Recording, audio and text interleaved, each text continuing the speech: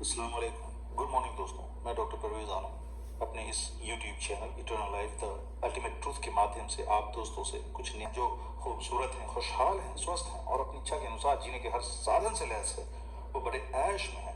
उनकी तो बड़ी मौज मस्ती है, उनकी रिहाइश, उनके खान पान, उनके पहनावे का कहना ही क्या है। ऐसे में एक सवाल का उठना लाजिम है कि उन पहले किस्म के लोगों का क्या कसूर जो एक निहायत ही दयनीय जीवन जीने को मजबूर है।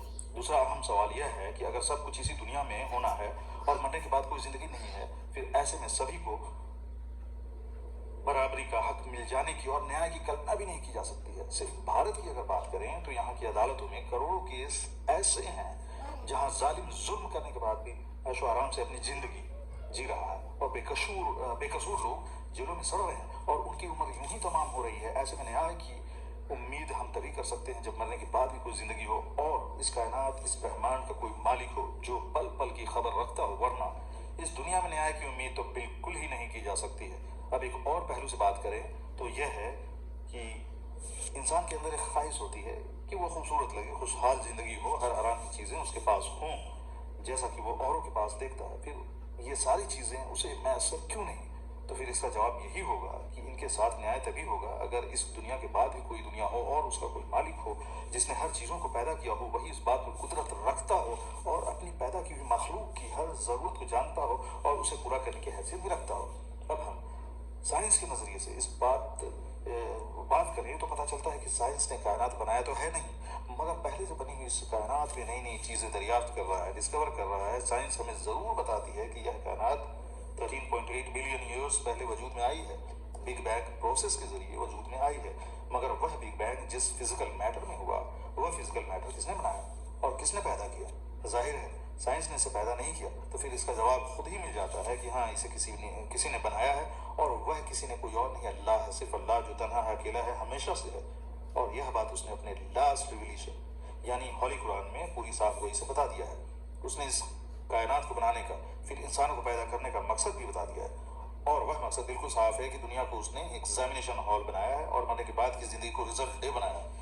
इससे ये बिल्कुल वाज़ेह है कि जो मार्क्स आपने इस दुनिया में और दुनिया की जिंदगी में स्कोर किया होगा, उसी आधार पर मरने के बाद की जिंदगी में रिवार्ड और पनिशमेंट का प्रोविजन है, जिसे हम जन्नत और दोज़ख कहते हैं। अब हम धर्म पर चलने वाले लोगों की बात करें, चाहे वो किसी भी धर्म को मानने वाला हो, तो पता चलता है कि तकरीबन 8 अरब की आबादी में से तकरीबन 7.5 अरब की आबादी किसी न किसी धर्म को मानती है। इन 7.5 अरब की आबादी में से तकरीबन 2 अरब की आबादी ही दीन इस्लाम को मानती है। तकरीबन 50 करोड़ लोग एथियस्ट हैं, किसी धर्म को मानते ही नहीं है, सिर्फ साइंस की बात करते हैं, मरने के बाद की जिंदगी पर यकीन नहीं करते हैं। तो ऐसे लोगों से पूछना चाहता हूं कि सिर्फ और सिर्फ तुम अपने बारे में गौर तो कर लो कि तुम्हारा वजूद किस तरह कायम हो गया। गंदे पानी का एक कतरा जिससे तुम्हारा वजूद कायम हुआ, साइंस ने इसे बनाया था क्या? नहीं, साइंस की औकात ही नहीं है कि वो इसे बनाता। हाँ, इस कतरे का नाम जरूर दिया है, चाहे सेमन कहो, वीर कहो, और फिर तुम्हारी पैदाइश से लेकर अब तुम उम्र के चाहे जिस पड़ाव में हो, तुम्हारा कदम मौत की तरफ ही बढ़ रहा है और तुम्हारा साइंस उसे रोक भी नहीं पा रहा है। और साइंस का रोना रोते रोते एक दिन तुम मर भी जाओगे। तो ऐसी मौत जो बेगैर ईमान पर हो, इससे दर्दनाक और दहशत भरा मामला कुछ हो ही नहीं सकता, क्योंकि ये साफ तौर पर अपने पैर पर कुल्हाड़ी मारने जैसा है। क्योंकि मौत की सच्चाई मालूम है, फिर भी दुनिया की चंद लम्हे की जिंदगी के मजे और ऐश की खातिर अपनी हमेशा हमेशा की आखिरत की जिंदगी को दोज़ख की आग वाली जिंदगी से खरीद लिया। होली कुरान में ऐसे इंसानों को जानवर की मानी बताया गया है जिसे अल्लाह ने आंखें दी और वो देखते नहीं, कान दिया मगर सुनते नहीं, और अकल दिया मगर इस्तेमाल नहीं करते उस ट्रुथ, उस हक तक पहुंचने के लिए जिसे दीन इस्लाम कहते हैं, जिस पर चल कर इस दुनिया की चंद लम्हों की जिंदगी के बदले आखिरत की हमेशा हमेशा की ऐशो आराम वाली जिंदगी खरीद सकते हैं। निहायत अफसोस के साथ ये कहना चाहता हूँ कि वो साइंटिस्ट जिन्होंने इस दुनिया में बड़े बड़े डिस्कवरीज किए और उनके इस डिस्कवरीज के कारण दुनिया में इंसानियत को बहुत फायदा पहुंचा और उनकी मौत के कई सालों बाद तक लोग उन्हें याद भी कर रहे हैं, मगर वो इतना काबिल होने के बावजूद उस ट्रुथ, उस हक को नहीं पहुंच सका। और इस दुनिया में जो नाम उसने कमाया वो सिर्फ और सिर्फ इस दुनिया के लिए है और ऐसे लोगों के लिए आखिरत में कुछ भी नहीं है सिवाय दुख और तकलीफों की, क्योंकि उसने अल्लाह के वजूद का इनकार किया, अल्लाह के उस मकसद का इनकार किया जिस मकसद के लिए अल्लाह ने इंसानों को पैदा किया। यानी अगर इंसान गौर करे तो सिर्फ 2 ही फलसफा है, वर्ल्डली लाइफ और इटर्नल लाइफ को समझने का, या तो चंद लम्हों की अपनी वर्ल्डली लाइफ वाली इस दुनिया में अपनी मर्जी की जिंदगी जियो, खूब ऐश करो, मजे करो, और इटर्नल लाइफ यानी हमेशा हमेशा की आने वाली जिंदगी में दर्दनाक अजाब, दोजख की आग का अजाब भुगतो, या फिर चंद लम्हों वाली अपनी दुनियावी जिंदगी अल्लाह की मर्जी के मुताबिक जियो, जिसमें कई बार आपको अपनी इच्छाओं को दबाना होगा, गलत कामों से रुकना होगा, अपनी सामाजिक जिंदगी में कई बार त्याग भी करना होगा, और फिर आने वाली हमेशा हमेशा की जिंदगी अपनी मर्जी से जियो, यानी ऐश करो, मजे करो, सुख चैन आराम करो। अब अगर इंसान उस हक को अपनाने से इनकार कर रहा है तो इसका मतलब साफ है कि वह हठधर्मी कर रहा है, जैसा कि एक बिस्तर पर लेटे हुए एक जगह इंसान की तरह सोने का नाटक कर रहा हो।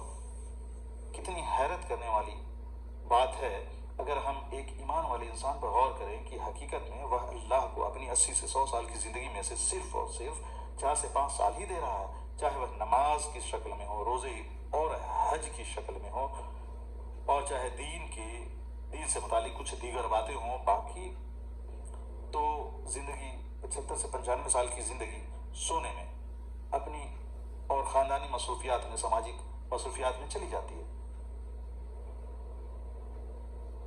यानी कि आपने अपनी जिंदगी के सिर्फ 4 से 5% ही अल्लाह को दिए, बदले में अल्लाह आपको आखिरत की जिंदगी में अमर कर दे रहा है। हमेशा हमेशा आप जिंदा रहेंगे, यानी आपको मौत कभी नहीं आएगी, आप कभी भी बीमार नहीं होंगे, आप हमेशा जवान रहेंगे, और आप जो चाहे आपकी हर ख्वाहिश पूरी होगी। यानी अल्लाह अपनी सिफात में, अपनी कुदरत में आपको शामिल कर लेगा। यानी ये अल्लाह की सिफात है, हमेशा जिंदा रहना, उस पर मौत का नहीं आना, जो इरादा करता है उसका हो जाना, यानी कुन फयकून में से वो आपको अदा करेगा। तो बस अब ये इंसान के ऊपर है कि वो इस दुनिया की चंद लम्हे की जिंदगी में घाटे का सौदा करना चाहता है या फिर बहुत बड़ा मुनाफे का सौदा।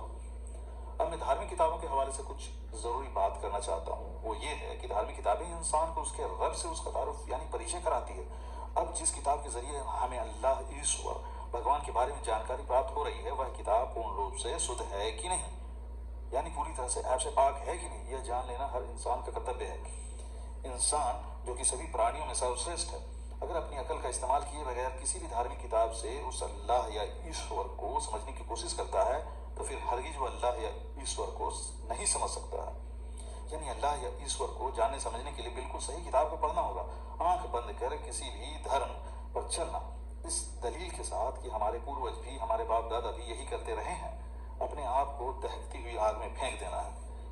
और यही बात पिछले जमानों में भी वक्त के पैगंबरों की मौजूदगी में लोग करते रहे हैं, जो कि निहायत अफसोसनाक है।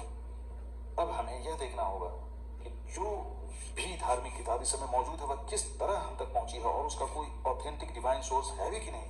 कंपैरेटिव स्टडी करने से पता चलता है कि सिर्फ और सिर्फ हॉली कुरान ही ऐसी किताब है जो वक्त के पैगंबर यानी प्रॉफिट मोहम्मद सल्लल्लाहु अलैहि वसल्लम के समय में उनकी मौजूदगी में लिखी गई।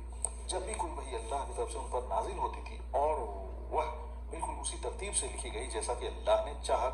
कुरान में अल्लाह ने बिल्कुल साफ कर दिया है कि यह किताब हमने ही इसे उतारा है और हम ही इसकी हिफाजत क़यामत तक करेंगे। यानी इसके अंदर अब किसी भी तरह का फेरबदल नहीं हो सकता। यह बात इसलिए भी समझ में आती है क्योंकि अल्लाह ने कुरान में साफ कर दिया है, साफ कह दिया है कि प्रॉफिट मोहम्मद सल्लल्लाहु अलैहि वसल्लम ये last final profit of God है, लास्ट मैसेंजर ऑफ गॉड है। यानी अब कोई मैसेंजर क़यामत तक के लिए आ ही नहीं सकता, तो फिर किसी नए मैसेज के आने का सवाल ही नहीं उठता। यानी कितनी लॉजिकल बात है यह कि हमने इस कुरान को उतारा है, नाजिल किया है और हम ही इसकी हिफाजत क़यामत तक करेंगे। यह अल्लाह कह रहा है। जाहिर है अल्लाह अपने इस किताब की हिफाजत करने के लिए खुद जमीन पर तो नहीं आ सकता है क्योंकि यह अल्लाह की शान ही नहीं है, मगर जिस तरीके से इस किताब की हिफाजत कर रहा है वह अपने आप में एक मिरेकल ही है। मगर इंसान इस पर गौर नहीं करता है। अल्लाह जो हर चीज़ का इल्म रखता है और हर चीज़ पर कुदरत रखता है, वही खूब जानता है कि अरबिक लैंग्वेज या जुबान इंसान अपने सीने में महफूज कर सकता है और पूरी कुरान को मेमोराइज कर सकता है। इसीलिए कुरान को अल्लाह ने अरबिक लैंग्वेज में नाजिल किया और वक्त के पैगंबर मोहम्मद सल्लल्लाहु अलैहि वसल्लम के ज़माने में ही हज़ारों की तादाद में पूरी कुरान को मेमोराइज कर लेने वाले कॉम्पेनियन मौजूद थे। हर ज़माने में अगर हम पिछले 1400 साल की बात करें तो लाखों की तादाद में हाफिज़ कुरान मौजूद रहे हैं और आज की तारीख में यह तादाद करोड़ों में है। ऐसे में कुरान के अंदर किसी भी तरह का फेरबदल नामुमकिन है और क़यामत तक ऐसे ही हाफिज कुरान के रहने की वजह से कुरान की हिफाजत होती रहेगी। इसे अल्लाह ने जीता जागता मिरेकल कहा है, जो किसी और किताब के साथ मुमकिन ही नहीं है। अगर इंसान अपने अकल का थोड़ा भी इस्तेमाल कर ले और अंधों की तरह चलते हुए अपने गैर इस्लामिक अकीदे से बाहर निकल कर एक लम्हे के लिए साफ दिल और दिमाग से सोच ले, तो फिर कुरान पर, इस्लाम पर ईमान लाने में एक लम्हे की देरी नहीं करेगा। एक तरफ हम प्रैक्टिकली इस चीज को देख रहे हैं कि दुनिया की किसी और लैंग्वेज में लिखी हुई 50 पन्नों की किताब को भी कोई 100% प्योर फॉर्म में मेमोराइज नहीं कर सकता, चाहे वह कितना भी काबिल क्यों ना हो। वहीं दूसरी तरफ कुरान का हाफिज 5 साल के बच्चे से लेकर 95 साल तक के बूढ़े तक मिल जाएंगे, चाहे उसका नेटिव लैंग्वेज कुछ भी हो, चाहे उसकी दुनियावी तालीम कुछ भी नहीं हो। अगर तुम किसी पूर्वाग्रह से ग्रस्त नहीं हो तो सोचो कि कैसे एक 5 साल के बच्चे को तकरीबन 6500 आयत मेमोराइज हो जाता है। यह खुद ही में एक मिरेकल है। इन बातों पर गौर करने से बिल्कुल साफ है कि कुरान ही वो धार्मिक किताब है जो कि 100% प्योर फॉर्म में मौजूद है, पूर्ण रूप से शुद्ध है।